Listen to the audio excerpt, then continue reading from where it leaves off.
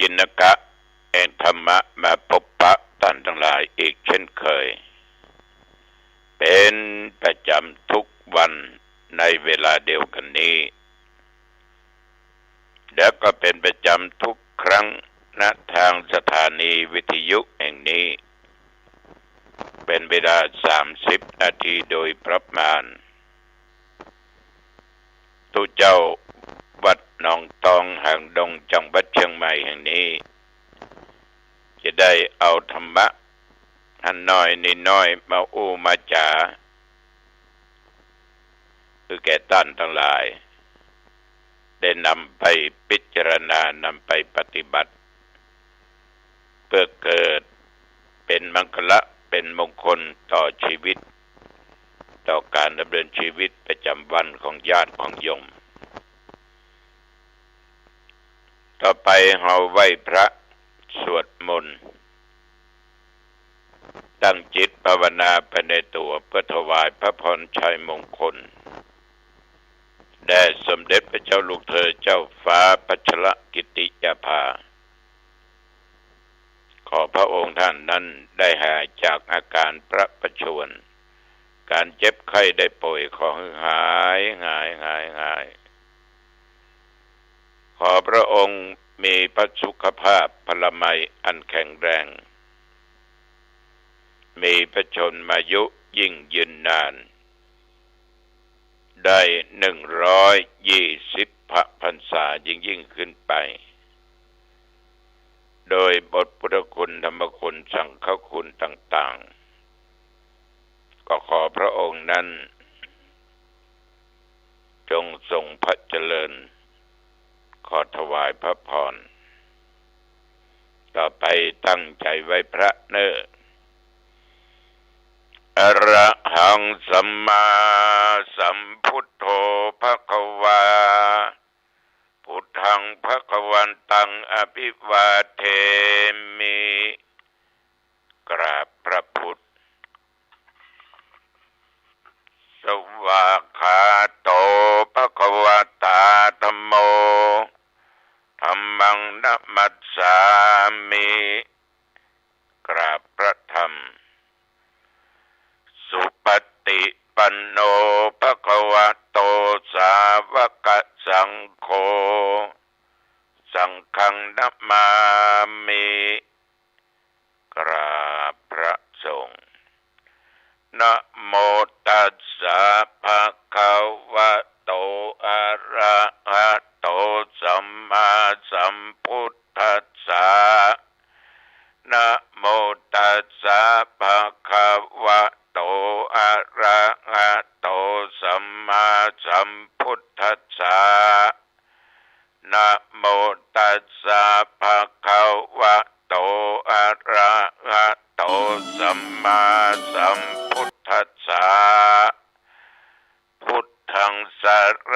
ณังคัจฉามิธัมมังสรณังคัจฉามิสังฆังสรณังคัจฉามิตุติยัมปิพุทธังสรณังคัจฉามิตุติยัมปิธัมมังสรณังคัจฉามิตุติยัมปิสังฆังสรณังคัจฉามิตติยัมปิพุทธังสรณังคัจฉามิตติยัมปิธัมมังสรณังคัจฉามิตติยัมปิสังฆังสรณังคัจฉามิอิติปิโสภะคะวะอะระหังสัมมาสัมพุทโธวิชชาจารณะสัมปันโนสุขโตโลกวิทูอนุตตโรปุริสธัมมสารถิสัทธาเทวมนุษย์สานังพุทโธภควาติยันดุลนิมิตตังอวะมังคลัญจา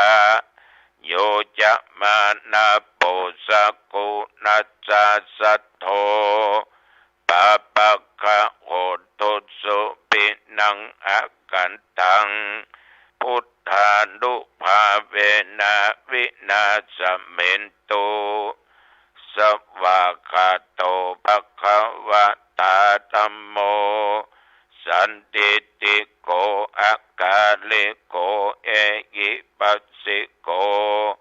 โอปานะเยโกปัจจัตตังเวทิตโพวินโยหิติยันตุนิมิตตังอวะมังคะลัญจาโยจามะนาโปสกุนัสสะสัทโธปะปะกะโหตุสุปินังอากันตังธัมมานุภาเวนะวินาสเมนโตสุปฏิปันโนภะคะวะโตสาวกสังโฆอุชุปฏิปันโนภะคะวะโตสาวกสังโฆยายะปฏิปันโนภะคะวะโตสาวกสังโฆสามิจิปฏิปันโนภะคะวะโตสาวกสังโฆยะติทังจัตตาริปุริสยุคานิอัตถปุริสปุคลาเอสะภะคะวะโตสาวกสังโฆอาหุนยโยปาหุนยโยทักขินยโยอัญชลีกรณิโยอนุตตรังปุญญเกตังโลกัสสาติยันตุนิมิตตังอวะมังคะลัญจาโยจะมะนาโปสกุนัสสะสัทโธปะปะกะโหตุสุปินังอากันตังสังฆานุภาเวนะวินาสเมนตุโพชังโฆสันติสังฆาโตธัมมานังวิจโยตถาวิริยัมปิติปัสสัทธิโพชังคาจัตตถาปะเรสัมมาตุเปขะโพชังคาสัตเตเตสัพพทัสสินามุนินาสัมบัตถคาตา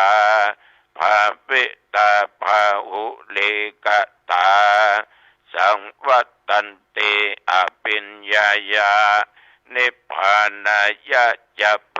ธิยาเอเตนะสัจจวัชเชนะโสติเตโอตุสัพพทาเอกัสสมิงสมะเยนะโทโมคคัลลานัญจะกัสสปังคิลาเนตุกิเตทิสวาโพชังเคสัตตะเทสะเยเตจะตังอภินันติตวาโรคามุจจิงสุตังคะเนเอเตนะสัจจวัชเชนะโสธิเตโหตุสัพพทาเอกทาธรรมราชาปิเขลัญเยนะปิปิริโตจุนตเถเรนะตัญเยวะพระนาเปตวานะสาทะรังสัมโมทิตวาจะอาปาทาตัมหาวุธาสิธานะโสเอเตนะสัจจวัชเชนะโสทิเตโอตุสัพพทาปะหินาเตจะอาปาทาตินนันนัมปิมะเหสินังมัคคาอัตตะกิเลสาวะปัตตานุปติธรรมตังเอเตนะสัจจ จะวัชเชนะโสติเตโหตุสัพพทา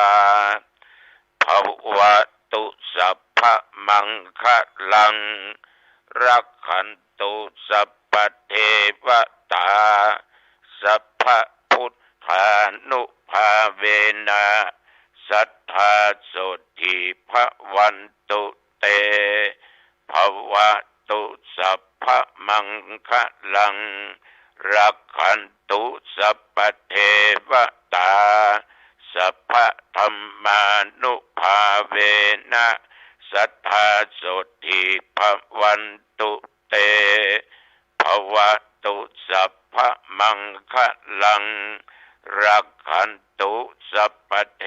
วตาสัพพสังฆานุภาเวนะสัทธาโสติภวันตุเตขอถวายพระพรกรมอุตุได้ประกาศบอกเตือนสติไว้เสมอว่าถึงระยะนี้ฟ้าฝนบ่ตกบ้านเฮามันก็ตกที่อื่นมันบ่ตกที่อื่นก็ตกบ้านเฮาจังแต่ว่านี่ฝนตกหลายที่หลายแห่งไปเป็นนึกไปฝันคืนของวันที่ขึ้น14 ค่ำวันที่16เดือนหรือพระจันทร์นั้นปะตอเป่งลึกเป่งลึงมนตึมบนละยังอู้กับตุกับเน้นว่าโอ้ฝนถ้าจะหยุดแล้วก็เกิดที่ไหนได้มาตี2ตี3 5 โมง6 โมงเจ้า7 โมงเจ้าฝนลงบะบะเจ๊ตกกะตินของตองทีเดียวนะตั้งดอกปูนก็ตกในเมืองก็ตกต่างอำเภอก็ตกกุฏิกุฏางพระญาติโยมมาที่วัดนึกฝันได้ไอ้หยังฝนนะก็นึกว่ามีละลงหาบเล่นตุลุงน้ำปะเลอขวางบ้านนะ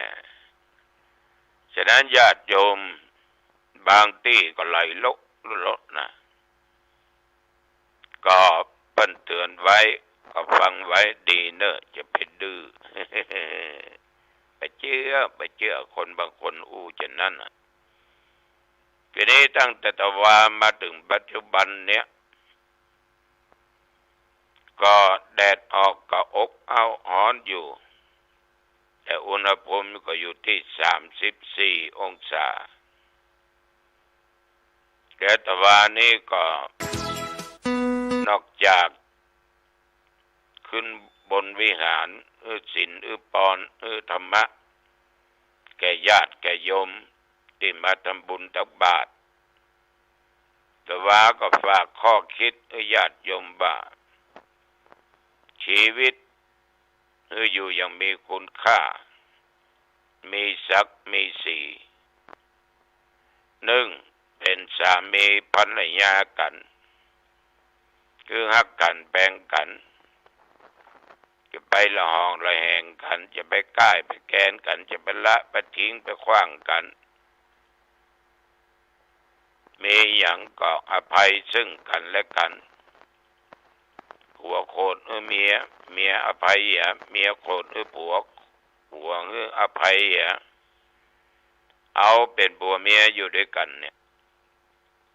50 60 70 80อยู่ด้วยกันอยู่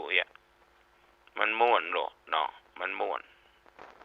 เป็นกูนอนเป็นกูคิดเป็นตู้ปรับทุกข์ปรับยากทำสบายมา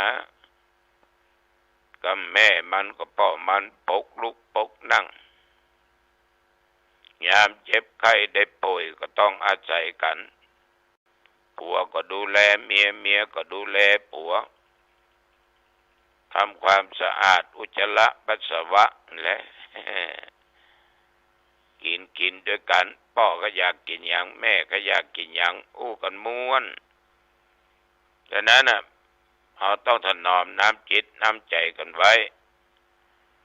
สามีภรรยามันแปลงกว่าลูกเต้ากันเนอะลูกสมัยก่อนดีกว่าสมัยนี้ยากยากที่จะรู้จักคุณพ่อคุณแม่ตอบแทนคุณพ่อคุณแม่มาอยู่กับพ่อแม่แต่เกิดไปเกิดมาก็ปิดตาเฮาเนาะแต่คนใหญ่นั่นน่ะรออายุขวบ2 ขวบไว้ฝากไว้อนุบาลเบลโลมาหันหน้ากันวันค่ำตั้งแต่ชั้นอนุบาลประถมมัธยมต้นมัธยมปลายต่อมหาวิทยาลัยอีก4 ปี5 ปี6 ปีจบออกมาทำงานได้ไปบรรจุต่างจังหวัด10 กว่าปีเนี่ยความใกล้ชิดมีน้อยที่สุดไงมาพบปนอนหอยความดีมันจะได้รับการอบอุ่นอยู่ใกล้ชิดหันอกหันใจกันอันนี้คือพ่อเน้อนี่คือแม่เน้อมันก็ไม่ได้กึดละกึดอย่างเดียวถ้าสตางค์บ่มีขอสตางค์200 500ปัน2,000ยอมลองกึดดูดีๆนะฉะนั้นอย่าไปอยู่คนเดียวอยู่ด้วยกันตึงผัวตึงเมียอยู่ด้วยกันมีความสุขไปหวังเบิ้งเขาเนี่ยเขาก็มีครอบครัวก็ได้ยังการยังงานละเอียดอันนี้ตุเจ้าก็ฝากไว้เลยแต่จริงเรื่องมันมีนักก็คบเพื่อนบ้านที่ดีๆมิตรที่ดีๆเป็นที่พึ่งที่อิงกันได้ยามเจ็บไข้ได้ป่วยยามอับจนมีปัญหาช่วยกันแก้มิตรแต้มจะมิตรเทียมสุขภาพกายใจต้องรักษามีเงินมีทองนักขนาดไหนถ้าร่างกายบ่อำนวยก็ลำบากไปไหนก็ไม่ได้จะไปเอี่ยวหาตุเจ้าหนุ่มทองก็ไปไม่ได้ถ้าได้ลูกดีก็ดีก็ใส่รถไป ไปเอี่ยวหากันไปสนทนาธรรมกันยังได้อยู่ถ้าได้ลูกบดีเนี่ยก็ไปส่งกูเอี่ยวหาตุเจ้าก็หมอไปวัดนั้นวัดนี้มาบ้างเนี่ยพอออกไม่ออกระวังไว้เนอะระวังไว้รักษาสุขภาพรักษาสุขภาพใจต้องเข้มแข็งเอาศีลเอาธรรมเป็นหลักใจเนอะฟังคำว่าฟังเชื่อสุดเลยแต่เก็บทรัพย์สมบัติปัจจัยเงินทองสิ่งของไว้พ่องเอาจะไปได้ขอเขาเก็บเป็นเย็นอุ่นน้ำดีก็ไปหาหมอถ้าอยากกินยาก็แม่มันซื้อมาแล้วจะซื้อนั้นซื้อนี้ซื้อผ้าซื้อผ่อนจะไปกินไปตานวัดไหนก็ได้พอมีดอกเอามีไปขอเขายากนะท่อเดือนก่อนก็เงินถึง500จ่ายโอยดอกเดือนก่อนสุดเดือนได้เดือนปลายละฝากไว้เนอะญาติโยมท่านผู้ฟังความทุกข์ของคนเนี่ยมันต้องเป็นอย่างเงี้ยสภาวะทุกข์ประจำสังขารในการที่เราเกิดจากทุกขันธ์5รูปเวทนาสัญญาสังขารวิญญาณเกิดแก่เจ็บตายปกิณกะทุกชั่วครั้งชั่วคราวเสียอกเสียใจเนาะเกิดความผิดหวังนิพพัตทุกเนืองนิดเกี่ยวกับร้อนกับหนาวกับเมื่อยกับไข้กับหิวกับกระหายกับการขับการถ่ายปัญญาติทุกกับการเจ็บไข้ได้ป่วยเป็นโรคนั้นเป็นโรคนี้สตาร์ทุกข์ก็คือทุกข์ที่มันร้อนลุ่มจากไฟราคะอคิโทสะอคิโมหะอคิไฟคือราคะไฟคือโลภะคือความโลภคนที่ขี้โลภนี่นะหมูจักอิ่มหมูจักพอนี่นะเอามันเป็นตุแต่ไม่ได้หมายความว่าสอนหรือขี้ค้านไปใจนะสอนหรือมันแต่อยู่ในกรอบในเขตในข่ายแต่บางคนมันขี้โลภ อะไรยังก็เอาอย่าไปตกปัดเสียงนะก็ได้ของเปิ้นมาเป็นของตัวก็มีที่มันนะ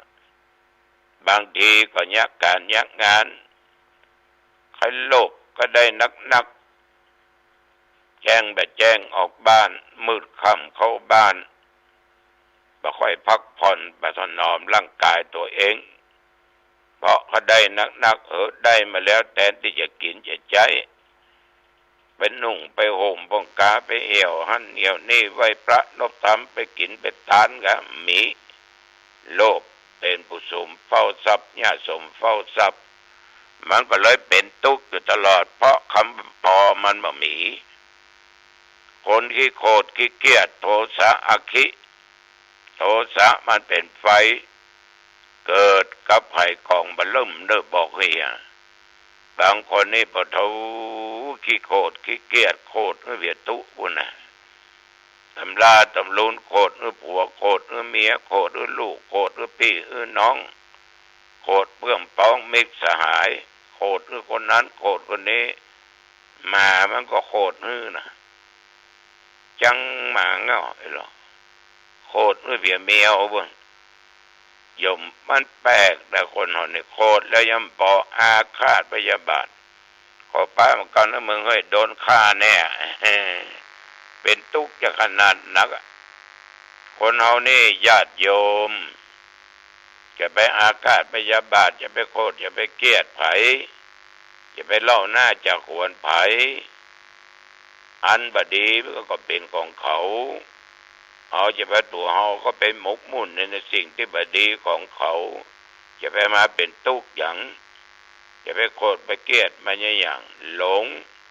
อยู่ในกามคุณหลงอยู่ในรูปหลงอยู่ในเสียงหลงอยู่ในกลิ่นหลงอยู่ในรสหลงในการสัมผัสร้อนหนาวเย็นเหล่านี้เนาะนิ่มอ่อนนวลแข็งบางคนก็ชอบแข็งบางคนก็ชอบนิ่มชอบนวลชอบเสียงม่วนเสียงเพราะชอบคนนั้นสะสวยงดงามดีเป็นทุกข์ทั้งนั้นเป็นทุกข์ทั้งนั้นอันนั้นโมหะคือความหลงนี่มาได้หลงอันนั้นหลงอันนี้เทพเจ้าองค์นั้นจะช่วยเทพเจ้าอันนี้ก็ช่วยโอ้ยญาติโยมอัตตาหิอัตโนนาโถตนแลเป็นที่พึ่งของตนปัจจัยมันบดีนะมันดี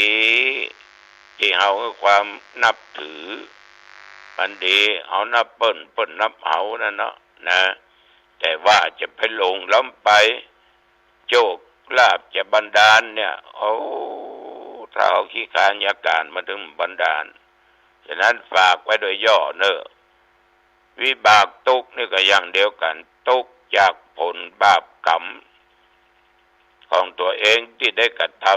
ำมาสนองไฟไหม้น้ำท่วมโจรผู้ร้ายกรรมซ้ำกรรมเติมสปะสเปดไฟไหม้เนี่ยยมลองนึกดูเดือนแล้วเนี่ยยังบะล่ำบะเหลือไฟไหม้รถบัสเอาคนตายไป23กันนะไม่เกหะสถานไม่บ้านใบจองไม่นั้นไม่นี้ทั้งบนก็หลั่งลงมาลึ่งดินก็สลายน้ำก็นักท่วมบ้านท่วมเมืองเนี่ยไปทั่วประเทศเนี่ยไอ้ยังลองคิดดูดีๆดินสลายดินถล่มเนี่ยเสียเข้าเสียของสัตว์ก็ตายคนก็ตายไฟก็ไหม้น้ำก็ท่วมลมก็แห้งปีว่อนเนี่ยก็ธาตุสี่มีในร่างกายของคนเฮาเนี่ย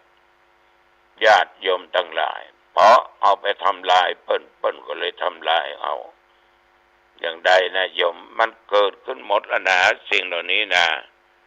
มันเป็นทุกข์นะจากผลของกรรมของบาปที่เขาสร้างไว้ญาติโยมไปนึกว่ามันมีนะเพราะอันนี้มองเนอลูกหลานเล่นเฮ้ยต่อไปจะหนักยิ่งกว่านี้นะจะหนักยิ่งกว่านี้ดินน้ำลมไฟในร่างกายเฮามีแต่ตั้งนอกมันรุนแรง บางครั้งก็รุนแรงตึงทั้งนอกตึงทั้งในก็ฮ้อนไฟก็ไหม้ถล่มอยู่ในจิตในใจก็คือตัวอารมณ์ตัวกิเลสที่มาจากตาหูจมูกลิ้นกายท่านทั้งหลายขอฝากไว้เนอเอาละวันนี้อ่านว่าเป็นเวลาพอเหมาะพอดีอายุวันโนสุขังพลังบืนปะกันที่วัดเทพประสิทธิ์ต้นเนือดห่างดงเด้อ8 โมงเมื่อคืนเจริญพร